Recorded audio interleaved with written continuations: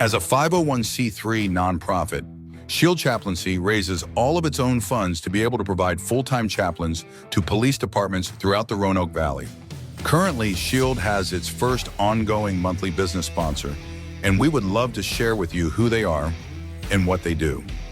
With over 40 years of experience, Roanoke Mechanical Heating and Cooling strives to give all of their customers personal attention. The seasons can change quickly in Roanoke, and they want to keep you comfortable in your home. When you call them, you will talk to a real person and not a machine. They are flexible with appointment times to add convenience for you. In fact, they are available 24 hours a day, 7 days a week for emergency repairs. Since they're family-owned and locally operated, they are committed to providing everyone in the area with top-quality service. We would like to say thank you to Roanoke Mechanical for their support of Shield Chaplaincy as we continue to serve those who serve us all. Now let's jump into the next episode of the Shield Armory.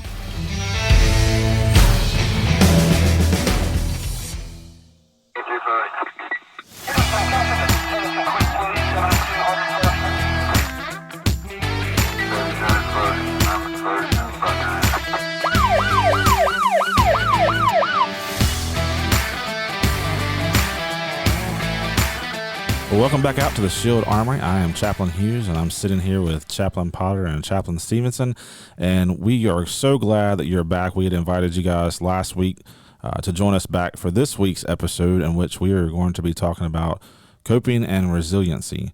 And so we're going to just dive right in, guys. We're not going to waste any time because this one's going to take up every bit of this episode, so let's jump in. Yeah, of the weapons on the shelf in this armory, this one's pretty crucial, and I find that in our line of work and what we get to do, there are a lot of men and women that do not have the appropriate armory or appropriate weapons to navigate some of the trauma that they interact with, and they cope either good or they cope very poorly.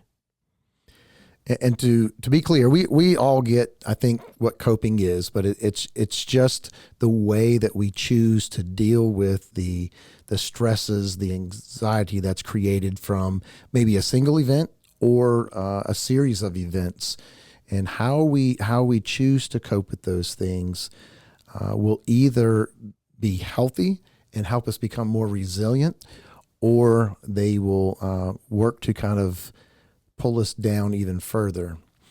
And just so, again, we're all on the same page when we're talking about coping and resilience, that, resiliency is talking about that ability to take a hit and get back up.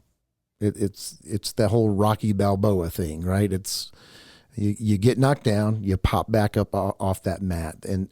And so how we choose to cope, again, can build that resiliency in healthy ways and allow us to continue forward, or we can kind of get entangled and ensnared in things that can be very detrimental to us and even others. Yep. One of the things that I just putting a chaplain hat back on, I see in the book of James that it tells us that to count it all joy, my brothers, when you meet various trials of various kinds, for you know that the testing of your faith produces steadfastness, and let steadfastness have its full effect, that you may be perfect and complete, lacking nothing. So the overarching view is that God does have a design for when we go through either self-inflicted or purely on the victim side hard times. It can equip us. It can make us more resilient if we walk through it appropriately. And as I've heard you refer to many times, the scriptures actually are full of examples of people who dealt with very traumatic situations, and some did that well, and some did not. They did not. Yeah, for sure. And of course, as we're sitting around this table, as chaplains and formerly as, pastoring churches, and, we've been through our fair share of things, and maybe the challenges that we've been through, some of them relate very well to the challenges and things that officers may face, or some of them may look very different. Regardless of what is causing the stress or those situations that can bring the anxiety or bring those stressors, we all need that full bag of coping tools, some healthy mechanisms in place that will allow us to build resilience. So I guess as we are diving in on this, maybe we start on those things that maybe aren't the healthiest coping mechanisms. What are some of those bad things that maybe we see regularly as we interact with people, and as we have for years serving people? All of us have served people for many years. I think we collectively have about 60 years, either in the pastoral world or in this chaplain world of serving people and walking with people through difficult days.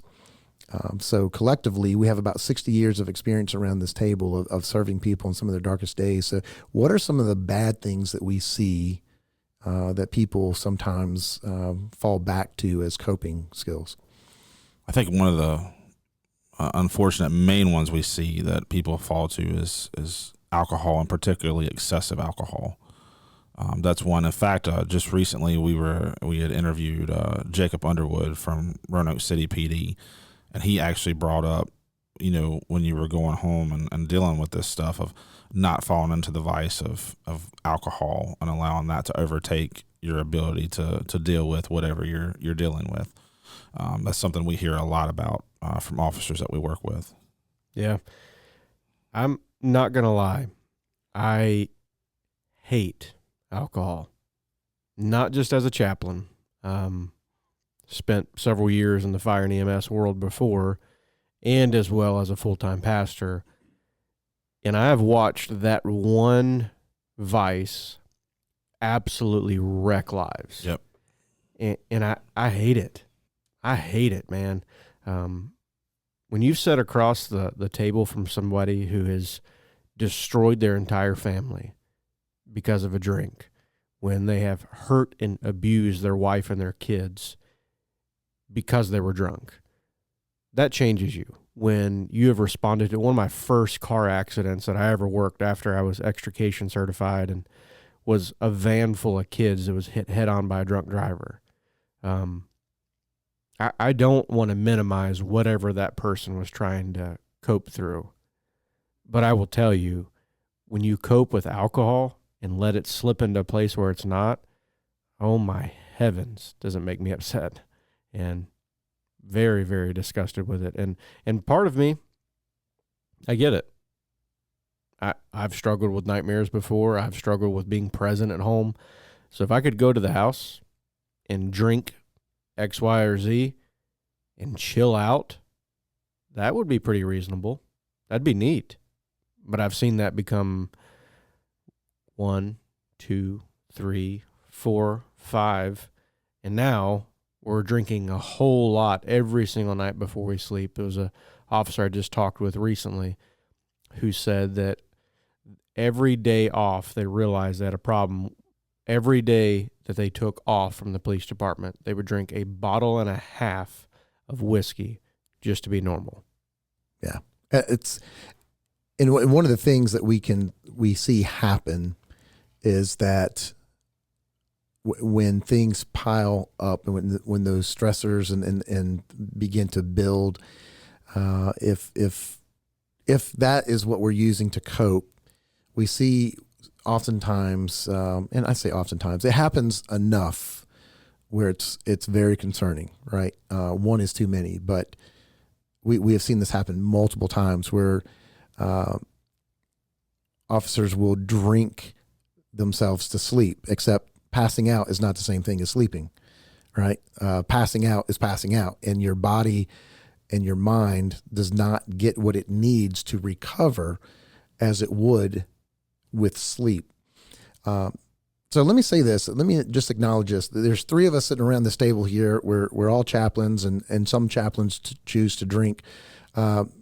we'll acknowledge from the very beginning, there's three of us sitting around this table who don't drink. Yeah. And so it's real easy for us to say, alcohol is probably not something you should turn to as a coping mechanism. That said, we recognize that there's some people who are going to drink, and that you're free to do that. And we're not saying that if you're somebody that has, a drink once or twice a week with a meal or something like that, that's your practice. The concern is when you can't have that meal without a drink or two or four. And if we're not careful, we'll slip into having to have more and more. Yep. When this social thing or this normal practice steps into more of a coping area, man, it's awful. It's damaging. We just got back a couple months ago from DCJS Wellness Conference. And so that's a really neat thing that the Office of First Responder Wellness through DCJS put on. And every year there's a whole section on substance abuse and its role with first responders. And I always find it interesting. They do a very large talk on this main area.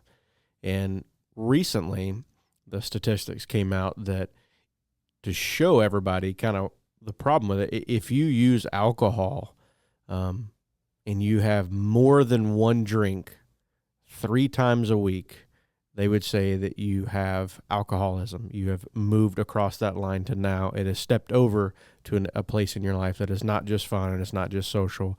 You're utilizing it to cope. Wow. And, of course, everybody in the room's like, dang it. And then they go out and drink at night. Yeah. So it's like, yes, man, it's really frustrating. And again, I know I'm extremely hard on it, and I can even take the chaplain hat off, and I can take it off and say, I still hate it. I've seen it hurt so many families, and being said, let me ask you this: how many domestics? And we've all done so many ride-alongs and things. How many domestics? How many situations do you arrive on scene with an officer where alcohol is not involved? I mean, I can't think in the last 6 months that I've been to a domestic that didn't have an alcohol-related tag. Yeah. I'm trying to think. In fact, we even had a fatality that started out with a domestic.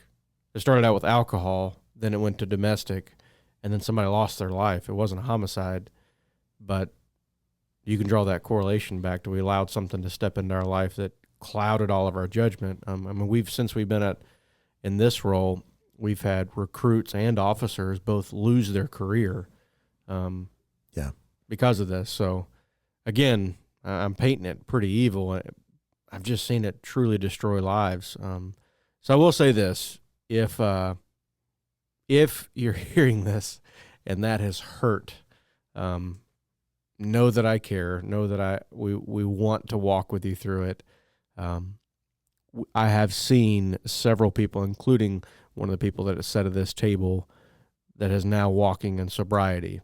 I've seen the successes. The gentleman I told you about before that was drinking a bottle and a half of whiskey has now been sober for almost a year. So I've seen that, and we can walk with you through that. One of the things I would like to say is if you do have a bad coping mechanism of alcohol, and you're over that limit of, hey, every single night I'm doing this, one of the things we learned at that conference, Adam, was it is medically not okay for you to detox from that. There's a lot of people that actually die from detoxing from alcohol, and that was something I didn't know. I thought just quit and go on with life. I was shocked when I heard that. Yeah. She said it is medically inappropriate, and it is oftentimes fatal to do that. So I found several resources here locally that will allow you to be a voluntary detox. So it's not an ECO. It's not anything like that. And that is one really awesome thing to get us on the right track. And then we can start rolling in. Why did we get here? Why did we start using that? Well, we hit on that pretty hard. I hope you guys are still listening. All right. Again, we hit on that pretty hard, but there are other bad coping skills or mechanisms that we sometimes lean on. What are some of the others? Yeah, would you say? Maybe one of the easier ones after that is just ignoring stuff. Mm-hmm. So how many times have you heard an officer say, put that one in the bag? Yeah. Yuck.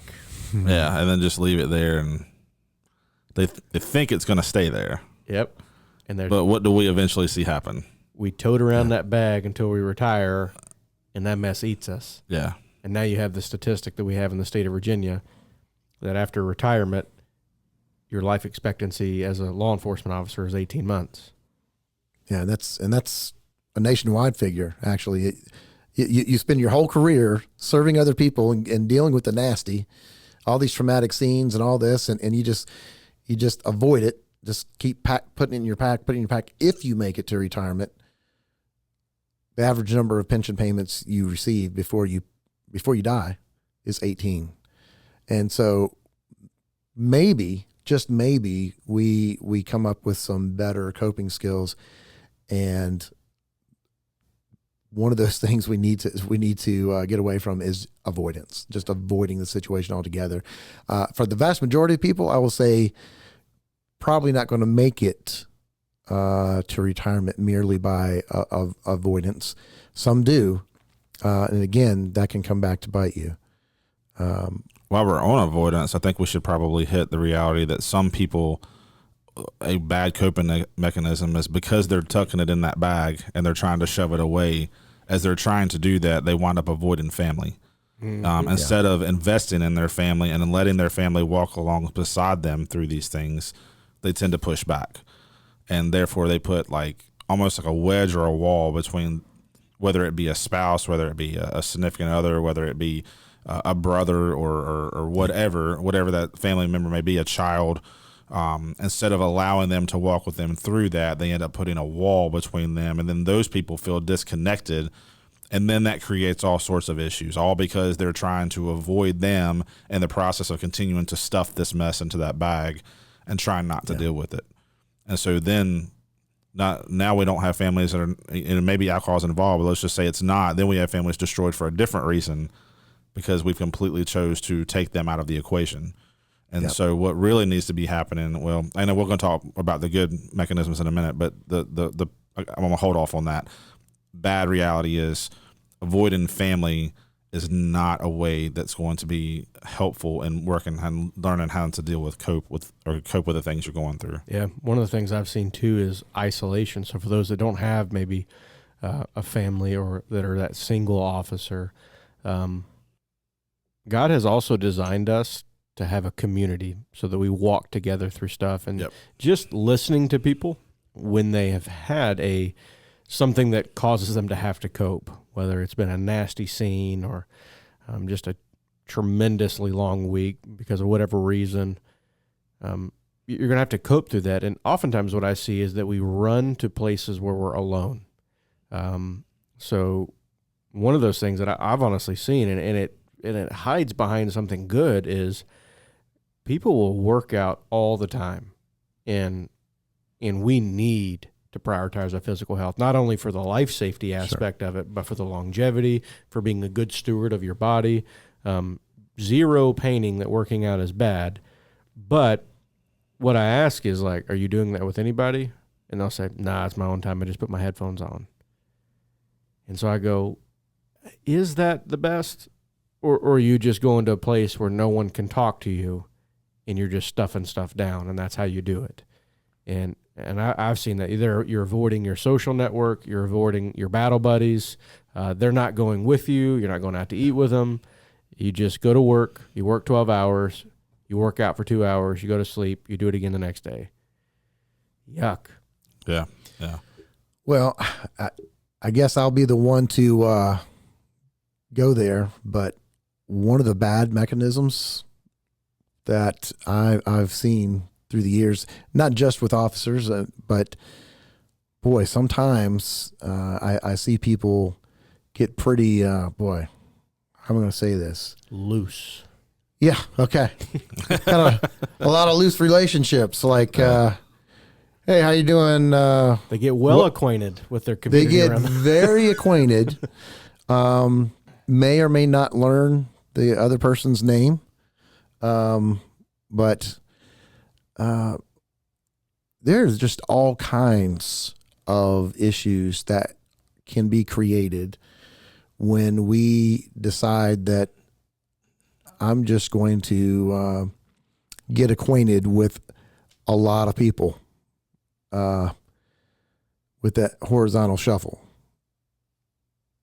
I wish people could see Garrett's face right I'm now sorry. after you said that. Garrett's Horizontal shuffle. yeah. I was going to go with hooking up, but Oh, well, I mean, Let's just call it what it is. yeah. You know, go- just having sex with other people just for the sake of having sex. you said the S word. I did. Oh my word. I did. On a Shield podcast. I did say that. All right. Yeah. Well, they're doing it. We're just talking about it. So Oh, that's Facts. true. That's true. no, and again, this is the good and bad. God has designed that incredible thing called sex for a specific purpose. Yes, he did. And it is designed Woo! to help us. It's designed for a lot of wonderful things. Yes. But when we shack up, or the horizontal shuffle, as some would say, Yeah. It can be vertical. man, it's truly damaging. Yeah. That's another way we get a drug of that dopamine, oxytocin, the vasopressin, all those chemicals that are released that, again, are supposed to be a good thing. We're actually doing that pluralistic and not with one person. There's a book that just came out written by a bunch of secular psychologists and a couple OBGYNs, and it's called, I think it's called Hooked, if I remember correctly. And they found that the more partners that we have sexually, they can actually take a picture of our brain and they can tell that because it rips our neurons. We're designed to have one intimate partner to walk with us through that. And again, literally they can see on a picture that your brain has been damaged because you have ripped your neurons inappropriately. You've established deep, meaningful relationships with a bunch of different people throughout the week. And that's not how we're designed. That doesn't help us work through that. And whether people realize it or not, every time that you give of yourself to somebody else like that, you are leaving a piece of yourself and you are taking a piece of them away every single time that happens. There is a connection that was built, like you said, by God that we can't change in that act, you know, and it takes away and it gives and it takes away. And when we get into what we're talking about now with this becoming a bad coping mechanism, and this is something that we've talked about a lot with a lot of different people, that's a whole lot of giving and a whole lot of taking away, and a whole lot of affecting a lot of people. Yep. The other bad mechanism that I see that, again, maybe can have the outside appearance that it's actually a good thing is overworking. And I will confess, and if my wife was here, she would smile and say, yes, you're guilty of this. Yeah, she would. While I've not fallen victim to alcohol or loose relationships or things like that, for me, it has been much easier to just work a whole bunch than it is to deal with the problem while I'm hurting. It's another way of avoiding, and it's a very, very poor coping mechanism. Yeah, it's really we have to be very careful about. There's several things that in and of themselves are not bad, but when we carry it to excess. So I know, a lot of officers are into gaming, and I'll confess, like I have probably played about 2 hours of a video game in the last 15 years of my life. So it's, again, consider the source here, but what I'll say is, is there anything wrong with playing a game in and of itself? No. But if you're going home and you're isolating yourself and playing 4, 5, 6 hours, of gaming, and you say, well, I'm not isolated. I'm connected with people on the other side of the world. Yeah. So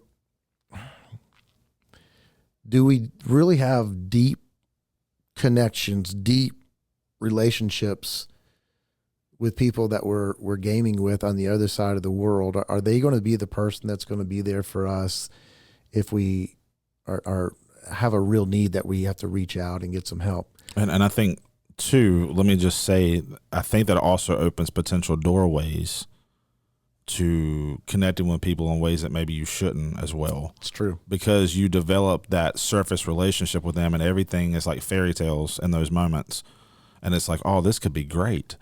And before you know it, you've connected someone in a way with someone that could be very harmful to, if you're in a committed relationship or in a marriage, that could wind up being bad. I've actually had to counsel a family through that. And I've actually had them in my office working with them with that exact scenario unfolding.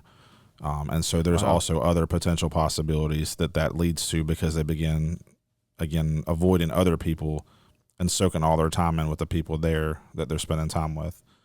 I think there's another one we could talk about would be, I think hobbies are really good and everybody should have hobbies, but just kind of like you were talking about with the overworking and the overworking out, things that people do, such I am not a hunter or a fisherman.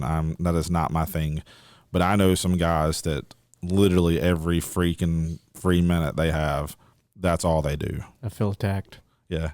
So, yeah, hunting and fishing, man, that is a catharsis that I have used most of my life, just to get out of the woods and to be quiet. But there's also a place for that. And I would love to spend from September to January hanging on the side of a tree with no phone and just be out in nature. The problem is I'm also a husband and a father. And so I have let something that is good and meaningful. And my wife will say, when you hunt and you come back, you're more of yourself. I feel like I have my husband back. That is a fine line, though. Yes. And if she gets her husband back for an hour and then I go back to the woods again, and I do that for weeks and weeks and weeks, again, we just try to take things that are good and make sure they're in their right place and we're using them as tools and we're leveraging them for our healing, and they're not using us. Correct. I would tell you, since you were doing some confessing earlier, I'll confess one of my coping mechanisms when I was younger, and I was under a lot of stress, was comfort eating. Man, I was eating so much ice cream. I was going through 1.5 gallons of ice cream by myself every week. That's insane. And That's I would also go through I cannot believe you're not a diabetic. and I would go through 2 or 3 gallons of milk by myself, because I was also downing like a couple of packages of Oreos, several boxes of Little Debbie's, because you have to kind of decorate the ice cream bowl with all that stuff. I was eating ice cream twice a day. So at 5'7", I was 230 pounds when I was in my 20s. I may not be a fit and trim guy now, but I'm like 212, 214 right now. So, and I'm not exactly a picture of health. So imagine me with another 15, 20 pounds. Like it was not pretty. I had a bowling ball for a head. My DMV picture back then, I looked like I had a bowling ball for a head. no, I feel attacked. I'm going to be honest with you. I tried not to look at you, Adam. When I said that, I'm so sorry. Adam's got a big old noggin. Yeah. Poor guy. Like if you need some context on that, I can't order or buy hats at regular stores. I had to buy my recent hats from a fathead website company. And when I got it, you had to measure your head. And when I got it in, the tag said 3XL-4XL. So I legit have a big noggin. Yeah. Well, that's why you know how to record these things and edit and do all the other technology. Got a bigger brain. Things. Yeah.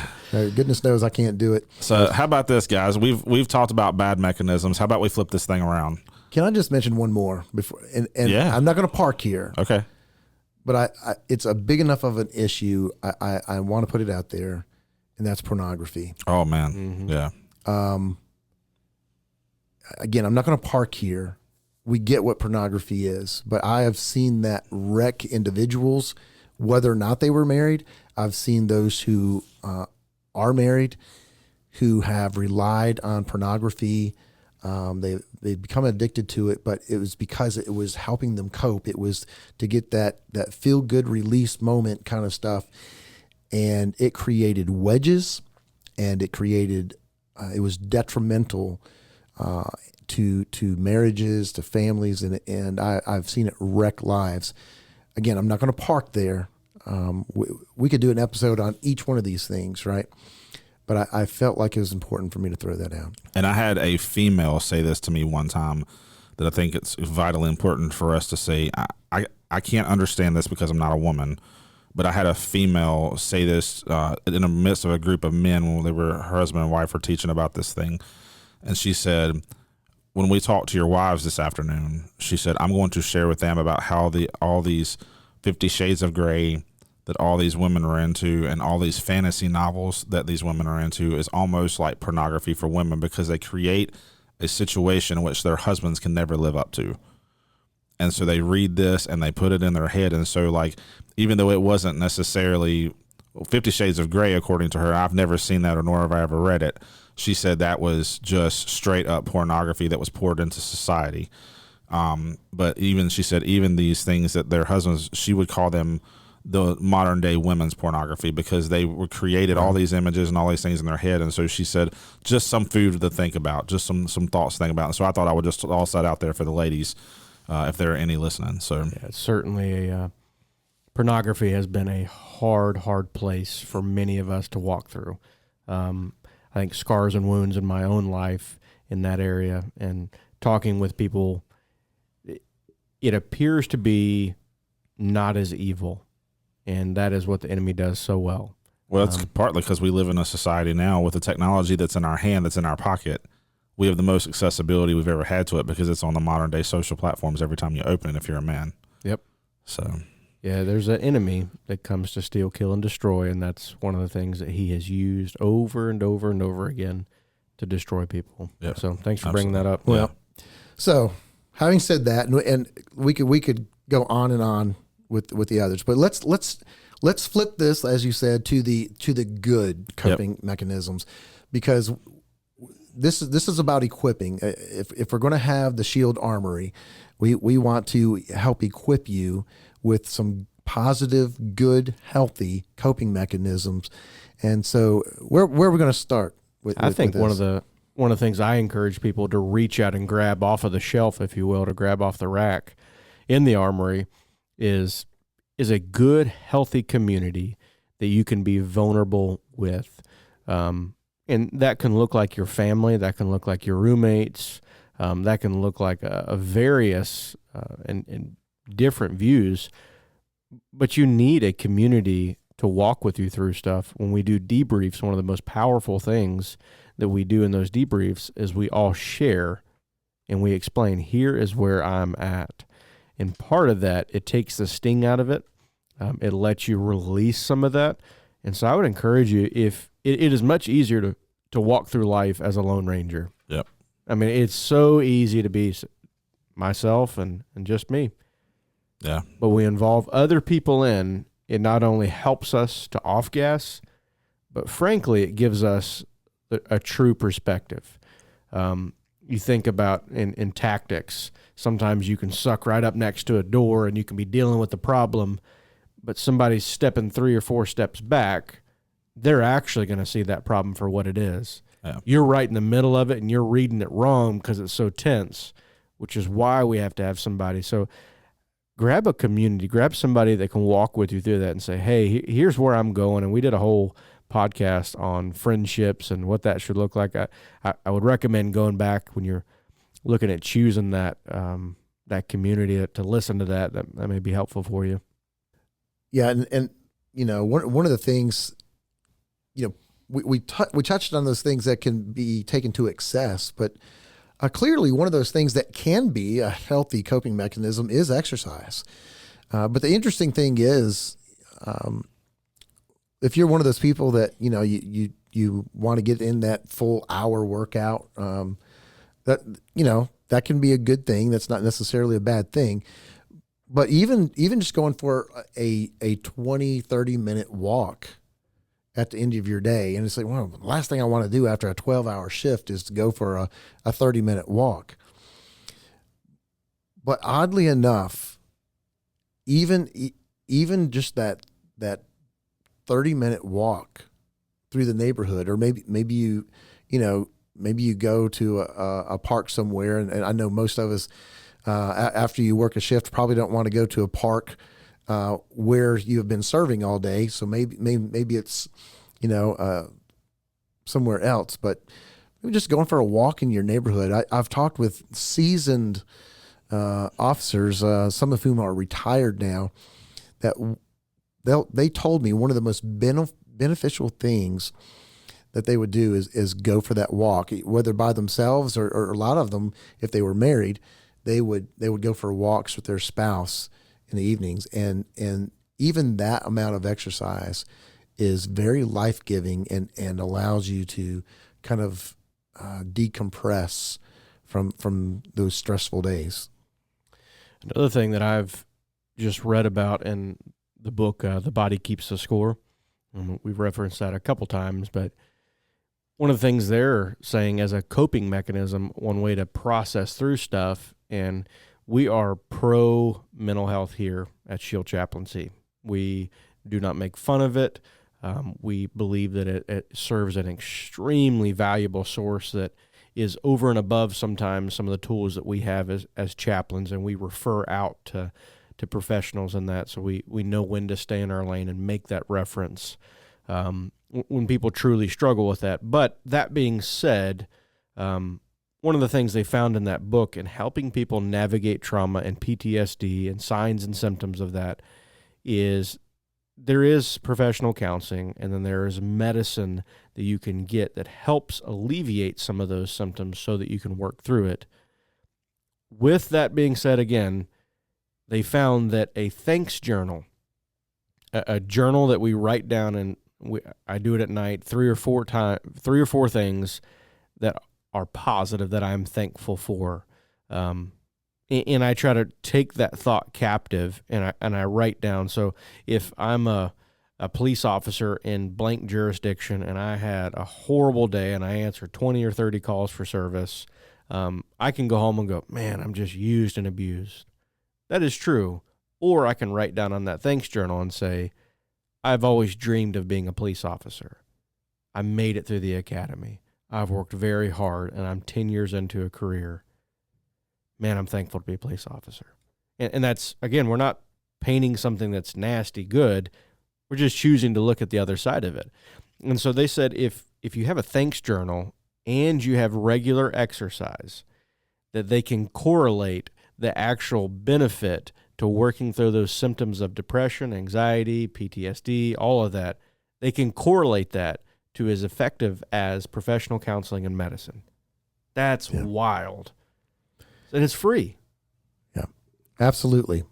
Yeah, so I think, there are so many things, and even if we went back to some of the things that we talked about on the bad side of things, there are things on that actually could wind up. You talked about the working out portion, or going for a walk.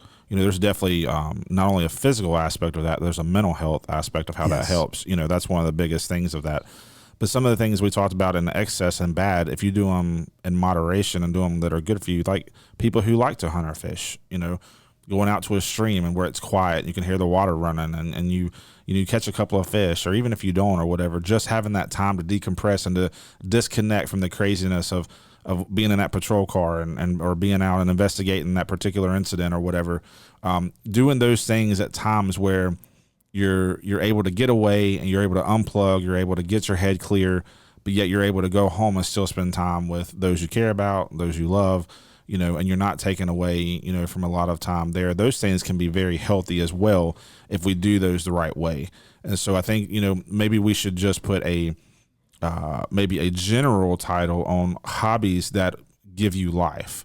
What are some hobbies that you can do for you that are life-giving for you? What are some of those things? Maybe it is hunting or fishing. Maybe it is going for a walk. Maybe it's painting. Maybe you like to go, as my wife likes to go to these paint nights with some ladies where they go and they, for like 2 hours, they paint a canvas, and then they're given a picture of what it should look like at the end, and then they all get to laugh at the end because theirs doesn't look anything like it, and but we have a lot of those hanging around our house, and they change per season because she's done them in classes like per season. It's one of the things that she loves to do, but maybe that's something, I don't know what it would be, because obviously it's different for everybody, but it's learning how to use those things for your benefit and not in excess.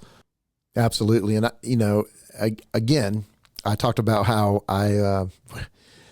my thing was seeking comfort and coping with stress and that kind of thing by overeating the things I probably shouldn't have been eating. I would challenge you to look at your diet and consider making just a little change, a little adjustment. If that's something you struggle with, it's amazing how if you make a little change to what you're eating, you'll have less inflammation. You can reduce your acid reflux and that kind of thing. Just imagine if you cut out some of those junk carbs and that sugar intake, you reduce those things. And again, I'm stepping all over my own toes with this stuff. I struggle with this, but it's a struggle worth having. So maybe consider making some good, healthy adjustments to your diet. And maybe like me, if you drop a few pounds, I need to drop a few pounds because I'm talking to you as one. Last year, I dropped some weight, and I was able to get off of blood pressure medicine and cholesterol medicine. I was on those two at a very low dose, but because I lost about 30 pounds, I was able to get off those two medications, and I did really well, and I felt great. I had more energy, and unfortunately, I've allowed myself to put on a little bit of that weight, and now I'm paying the price. My blood pressure's sneaking back up and that kind of thing. So diet's one of the things right now that I'm looking at making some changes with, just because we too often we can allow the stress and anxiety to push us into an unhealthy place. But if we flip that and are proactive, doing something healthy, making a positive change to our diet, we can reap a lot of benefits from that. Sure. Another thing that, and we've brought up a little bit with the counseling piece I just talked about, I would suggest, and it is harder to do today than we have had in the past, I'll say it that way, but to find a culturally competent, trauma-informed, and EMDR certified clinician, counselor, to walk with you through and help you and give tools in your tool belts and to navigate some of that trauma. Man, I oftentimes find officers at the very end of their career saying, man, I'm about ready to retire. I probably should get this figured out. Maybe go see if I have a problem. And they come back and go, man, I should have done this so much sooner. That's a very good and healthy way to cope through stuff. Just go ahead and get that on point. I always tell people, when we tell our recruits here at the academy, that when you go through a critical incident that overwhelms your ability to navigate it, or overwhelms the community that you're in, all of your normal resources, and you go, man, maybe I need to see a professional for this. That's really hard to do when you're at an extremely low point.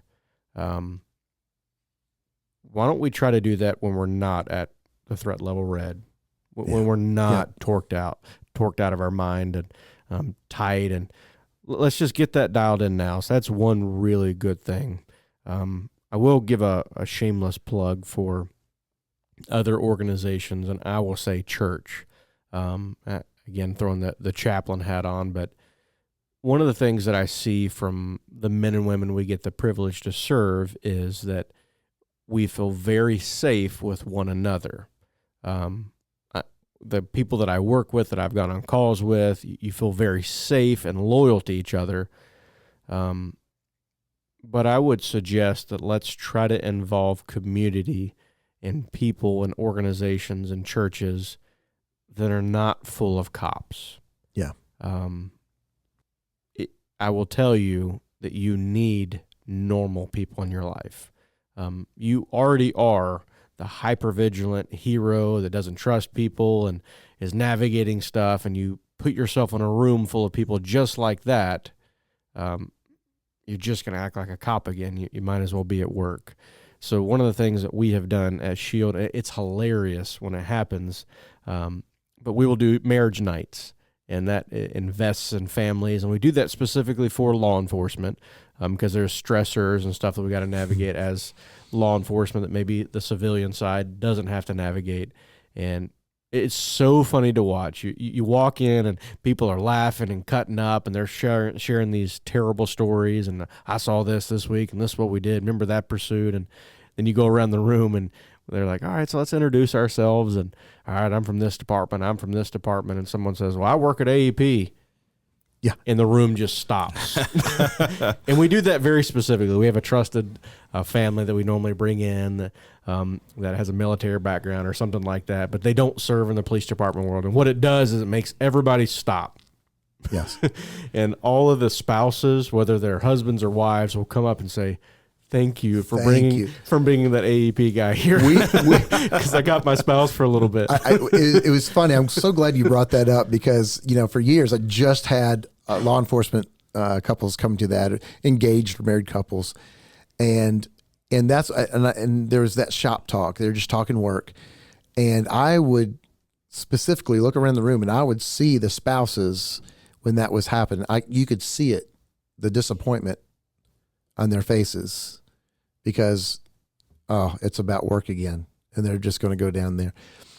And when we started, one or two couples that from outside the law enforcement world to come into that. In fact, oftentimes you didn't even have to do the introductions. Like it's funny. You guys who are in the law enforcement world, you're constantly, you're checking people out. You're reading them, and oftentimes we don't even have to say anything. They know without a doubt that guy, that woman, they're not officers, and so the shop talk doesn't happen. So form those relationships outside the LE world. We've hit on friendship a lot, but in previous episodes, but I'll say this again.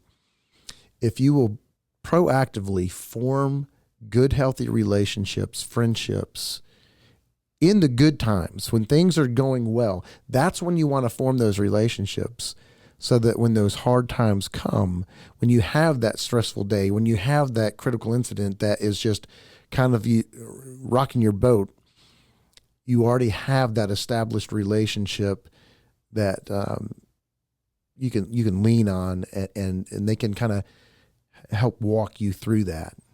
And since we talked about, Gareth, you specifically said, and let me put the chaplain hat on, and you brought up organizations and you brought up the church, I think we would be doing a disservice if we did not say that there are some things that we believe in specifically that are good coping mechanisms, that are not just coping mechanisms, but are daily habits, what we refer to as spiritual disciplines, that can really help to center you and bring you to a place where this stuff can really help you walk through and deal with all these things. So it's things such as spending time every day in prayer.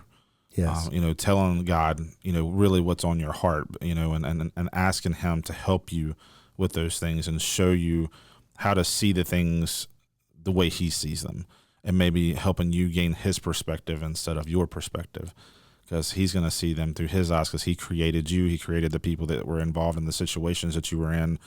And so He has a different perspective than what we have. And we'd encourage you to open up the scriptures and read the Bible, and because we're all searching and we're all looking for truth, and we're looking for guidance to try to figure out how to do this thing we called life. And there's so much there. The scriptures are full of things, full of truth, not just things, but full of truth that help lead and guide and direct our lives. And so we would encourage you to spend time doing those things. One of the things I did a Bible study recently, and something that brought up I don't really remember before I did this, I really ever heard anybody talk about, was the practice of silence and solitude. Yes. And that has become a regular thing for me now, of just literally shutting everything down, everything off, And I'll start out and I'll just pray and empty my heart to God, and at that point I just shut up and I don't talk anymore, and I just listen and I just wait. And that has been one of the most I'll use the same term we've used earlier. Some of the most life-giving things that I've ever done is just sitting and waiting and listening, and not trying to be the one talking. Yeah, those are often referred to as the disciplines of abstinence. It's been said that before we can add to our lives, we have to subtract. And so sometimes, while we don't want you to be isolated for extended, like just isolate yourselves from others, and that's what the enemy likes to do, right? If he can isolate you, then you're vulnerable. But there is a healthy way of stepping away, as Jesus did. As we read our scriptures, Jesus would step away and go spend time with his Father in prayer. And if we will create space, if we will leave the TV off, if we will shut down our phones and create space to be still, to listen, to maybe focus on one specific scripture or even a phrase or a word within that scripture, and focus on that and really mull that over and meditate on that, it is really a life-giving thing. So, Adam, I'm so glad you brought that up. Yeah, I'm very thankful for the spiritual disciplines that I have been taught. 2 Timothy 3:16, at the very end of that passage, it says that God's word is profitable for reproof, correction, teaching, training. And so one of the things that I have been thankful for is that if I interact with a problem that overwhelms me, one of the things I can do is go to Scripture, and that has been a very helpful coping mechanism. So I think maybe we should say this to people who are listening. There may be people who are on the other end of this podcast that are thinking, I've never prayed, I've never opened the Scriptures, I've never done these things you guys are talking about. So where do I start? Yeah, I love walking with people through that. Yep, me too. And so I would say, number one, please reach out to one of us through our social media, through our phones, department email, whatever it is. Get a hold of us, and I'd love to share with you. There's very, very simple things that we can do as we navigate beginning to pray. There's things that I hear people say, well, I always heard they say you had to do this. I don't see that in Scripture, so let's not do that. And so I also teach a class on how to study the Bible, and I've done that with several officers. We hang out and drink coffee, and I'll just show you, here's the tools to be able to do that, and we're happy to do that. And actually, you're eating salads now, Gareth, and as you increase your vegetation intake there, maybe you can have an increasing number of officers get together with you and eat salads. That'd be great. I refuse to do that. I'm trying to be better in my health, and I'm eating shrubbery, and it's making me not okay. Yeah. I don't know that my body is used to eating that amount of shrubbery, so we will not eat shrubbery and read Scripture together. Maybe we'll have coffee or do something like that. But yeah, please reach out. Yeah. It's our privilege to help walk with you through that, and one of the things we don't want to do is force that. So if you're going, man, I don't know where to start, or I don't know what to do, sit down, grab one of us. We're happy to walk with you through that. Absolutely. Yeah, and I think the overall, guys, is we want to see officers and their families be able to walk through these things and have really be able to develop a lifestyle of healthy coping so that they enjoy their career. They're able to work through the things they need to work with. They get to enjoy their families. They're not avoiding their families.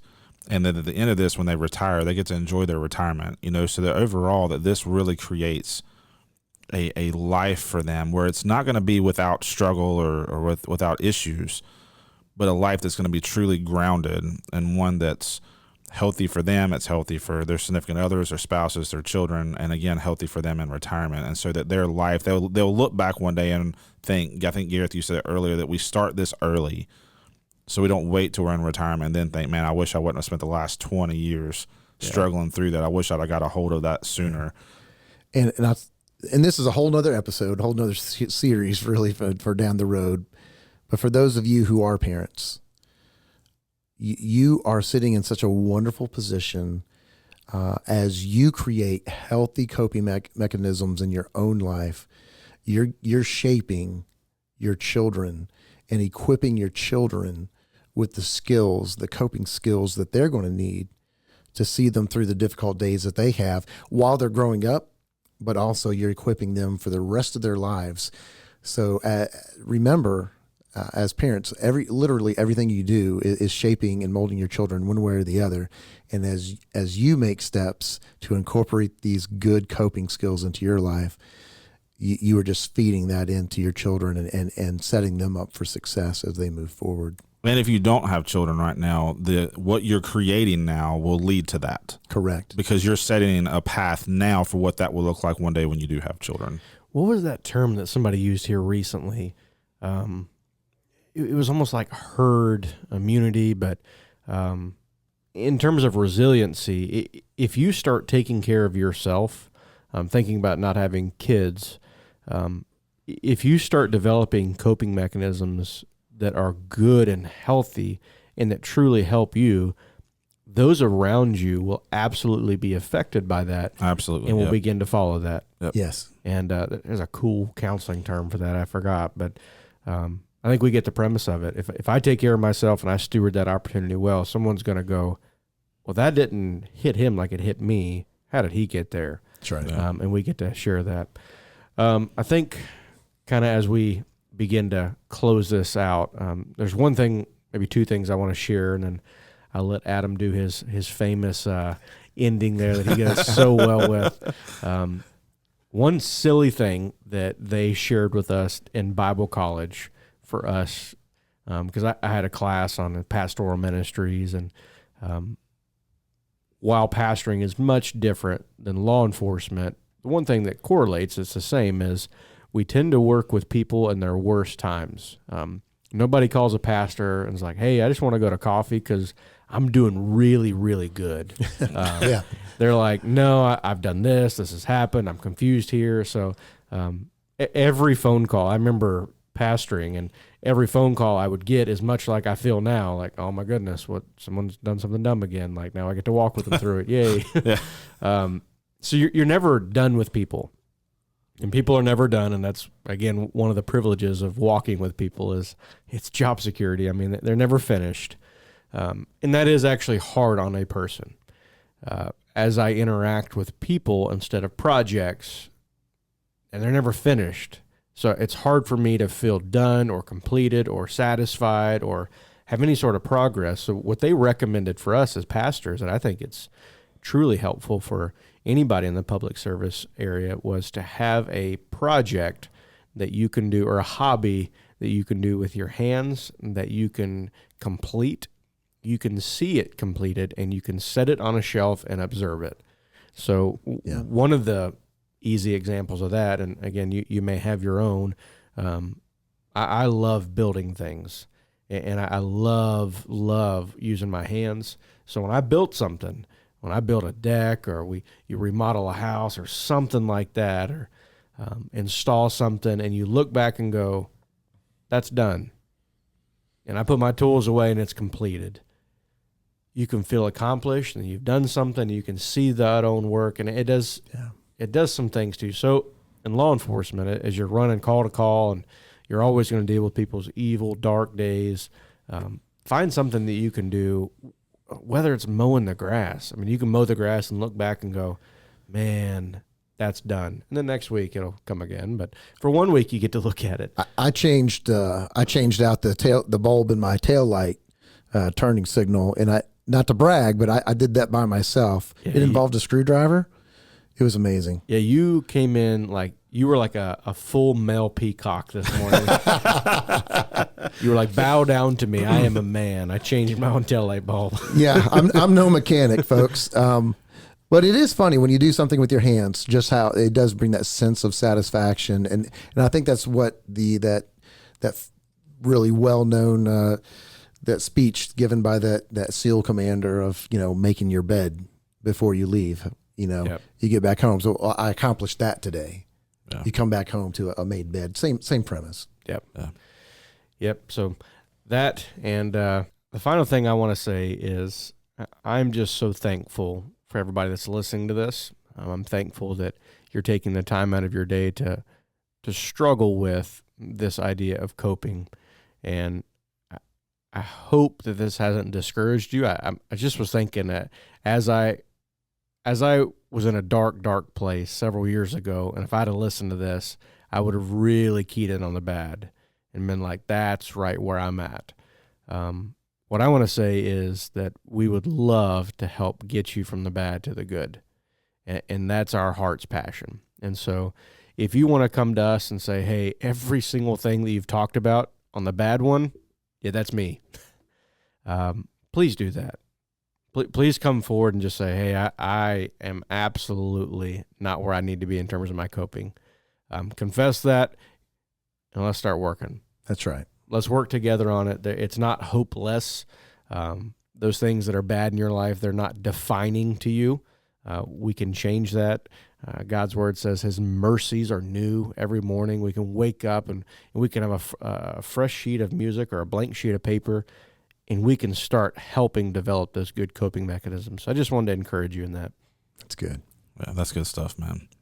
Well, guys, this has been great, and I've really enjoyed getting to talk about this, especially after the episode last week that we shared about. And so today's been really good, it's been really therapeutic for me to be able to talk through these things, and I hope it's been that way for everybody that's listening. And so here's what we're going to ask of you. If these podcasts matter to you, and if you feel like they are impacting your life or you're enjoying them in any way, could you do us one of a couple of favors? One is, whatever platform you're listening to, could you go and rate the podcast and leave a review? Because that helps us get this into the hands of other people who could use the encouragement that you're getting through this. And so if you wouldn't mind, just take a couple of seconds, give us a review, and let us know what you're thinking through there. Also, if you know of someone that could use this episode, we'd encourage you to share this, whether it be through social media or you send it through a text or you send it through an email.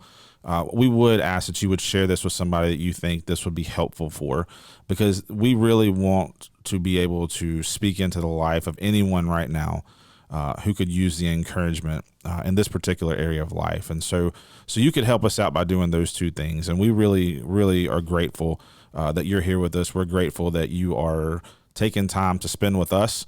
And we are really excited to be back with you again soon. In fact, as is our normal, we'll be back every Wednesday. So join us back next week, and we look forward to talking with you then.